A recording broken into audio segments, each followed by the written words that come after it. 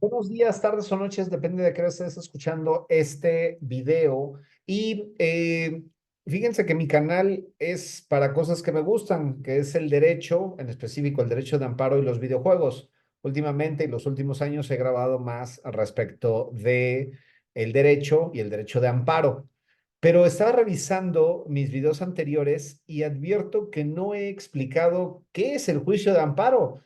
Y creo que es fundamental saber qué es el juicio de amparo. Y si este es un canal dedicado para aprender y para poder compartir parte de este conocimiento, pues se me hace ilógico que no haya explicado lo que es el juicio de amparo. Entonces, el juicio de amparo es un medio de control de constitucionalidad, convencionalidad y legalidad respecto de actos o omisiones que realizan las autoridades o aquellos particulares que se ponen por su especial situación frente a la norma en un plano de suprasubordinación y que vulneran los derechos consagrados en la Constitución o en los tratados internacionales de los que el Estado mexicano es parte respecto de los quejosos, que podrán ser personas físicas, personas morales, personas incluso gubernamentales, que se conocen como personas morales oficiales, y que se ha afectado a sus derechos. Entonces, comenzando con esta breve explicación, a mí me gustaría compartirles mi pantalla y comenzar a desglosar esta definición, o cuando menos intentar desglosar esta definición. Y sabemos que el juicio de amparo es un medio extraordinario de control constitucional. Y aquí comienza el primer punto, no quiero decir que complicado, pero sí el primer punto donde tenemos que hacer un alto. Es un medio extraordinario. Cuando digo que es un medio extraordinario, quiere decir que existen medios ordinarios. Entonces, el Poder Judicial de la Federación tiene una dualidad, tiene una doble funcionabilidad. Cuando nosotros hablamos del Poder Judicial de la Federación, tenemos que conocer su estructura orgánica, que es muy sencilla. Suprema Corte de Justicia de la Nación. Esta funciona en pleno y en salas. De igual forma, se encuentran los plenos regionales. Por debajo, los tribunales colegiados de circuito, los tribunales colegiados de apelación y los juzgados de distrito. Esta Suprema Corte, en pleno y en salas, solamente va a ser exclusiva hablando de un control extraordinario, de un control de constitucionalidad o incluso de convencionalidad, pero no va a ser respecto de legalidad. Entonces, si tuviéramos que dividirlo en en las dos funciones que tienen, en el doble aspecto de función, legalidad y constitucionalidad. Cuando hablamos de constitucionalidad, se encuentra la Suprema Corte funcionando en pleno, que son los 11 ministros, o funcionando en salas. La primera sala conoce de materia civil y penal con 5 ministros, y la segunda sala conoce de materia administrativa y laboral, de igual forma con 5 ministros. Cuando hablamos de Suprema Corte, no podemos hablar de legalidad per se.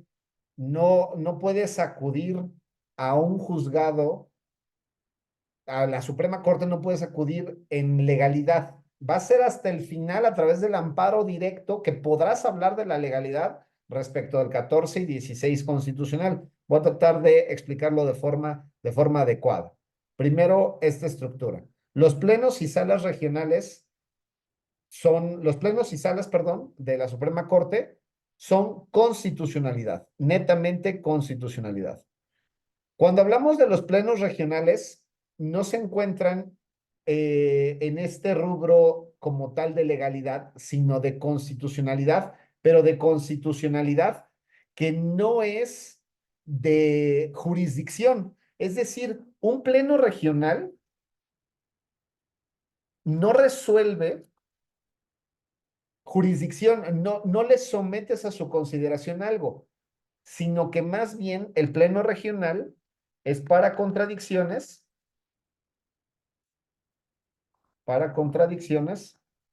de criterios que pueden llegar a sustentar un tribunal colegiado, por poner un ejemplo, en materia administrativa del Sexto Circuito Puebla y un tribunal colegiado de materia administrativa en el Primer Circuito, Ciudad de México.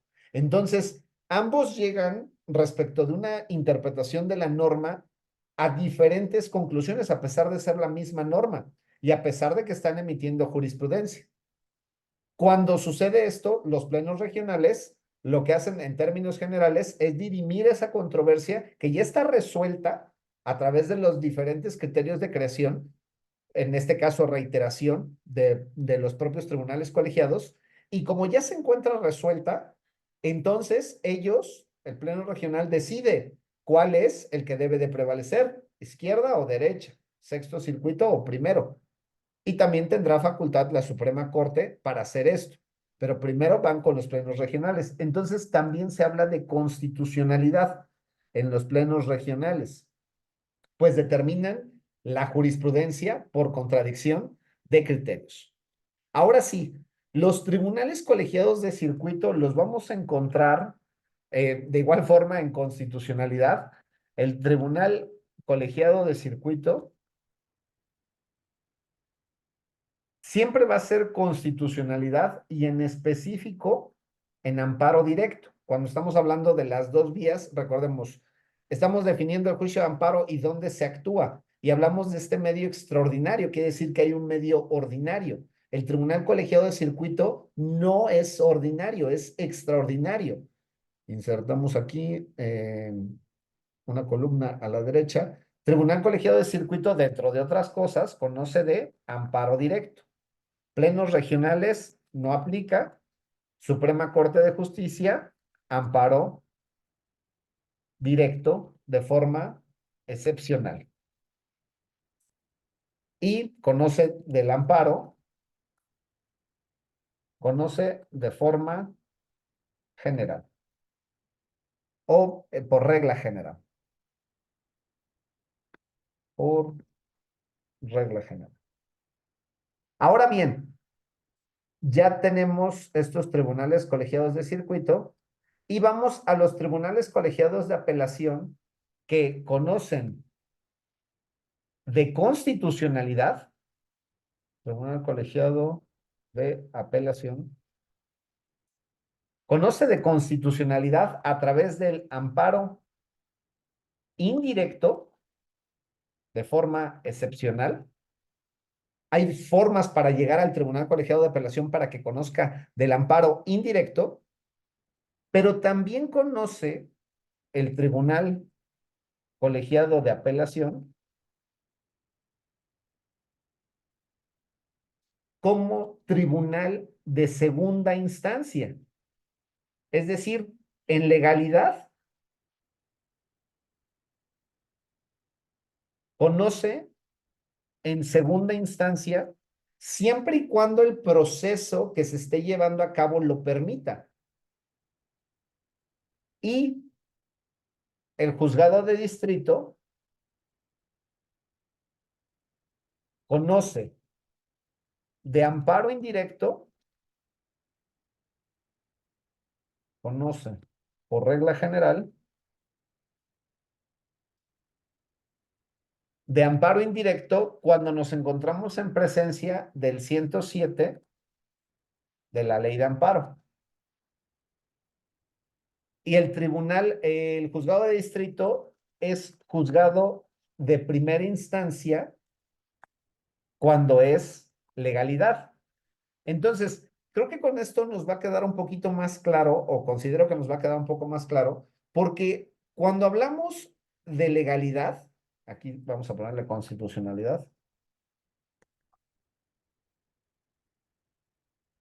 Cuando hablamos de legalidad, el juzgado de distrito va a poder conocer de los procedimientos o procesos que señalan desde un punto de vista ordinario las normas, como pudiera ser un juicio ejecutivo mercantil o un juicio oral ejecutivo mercantil o algo dictado respecto, imaginemos un auto de vinculación dictado por un juez de distrito en materia penal.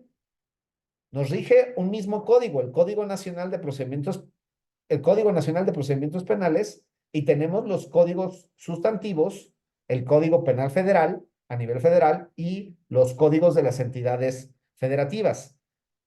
De igual forma, en el Código de Comercio aplica para todo México. Es un código nacional, pues no importa si estás en el fuero común o en el fuero federal. Al final del día, los juzgados de distrito conocen también de este tipo de procedimientos, siempre y cuando exista alguien que los esté llevando en esa competencia concurrente.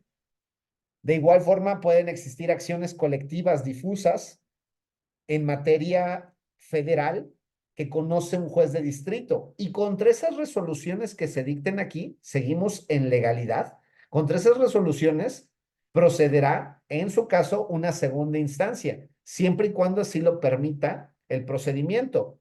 Si es que llegamos a una resolución desfavorable a los intereses del que estamos apoyando, bueno, podrá conocer del amparo directo y nos pasamos a la constitucionalidad. Pero el juez de distrito y los tribunales colegiados de apelación no necesariamente van a estar siempre en constitucionalidad, sino que pueden llegar a estar también en legalidad. Entonces, espero haber podido explicar de forma adecuada esto y vamos a hacer alguna serie de videos, si es que así me lo piden y si es que veo que les está interesando esta parte, para poder explicar la definición del juicio de amparo, ahí andan los gatitos jugando, para poder explicar la definición del juicio de amparo, comenzando a desglosar cada uno de sus elementos. Y haré haciendo estos videos para poder explicar por qué es un medio extraordinario. Y si dijimos que es extraordinario, quiere decir que hay lo ordinario, que son los procedimientos que básicamente tenemos en nuestras normas comunes, en nuestras normas ordinarias. Código de Comercio, Código Federal de Procedimientos Civiles, cuando menos hasta hoy, 2024, tenemos todavía nuestro Código Federal de Procedimientos Civiles. Cuando lleguemos al 2027, tendremos nuestro Código Nacional de Procedimientos Civiles y Familiares. El Código Nacional de Procedimientos Penales y cualquier otra ley que sea a nivel federal y que sea juzgada por un juez de distrito. ¿Dónde veremos esta competencia? La podremos advertir en la Ley Orgánica del Poder Judicial de la Federación y entender que existe esta dualidad, esta doble función de legalidad y de constitucionalidad para poder entender esta definición de juicio de amparo. Déjame aquí en los comentarios si es que tienes alguna duda y espero haberte sido de utilidad. Saludos.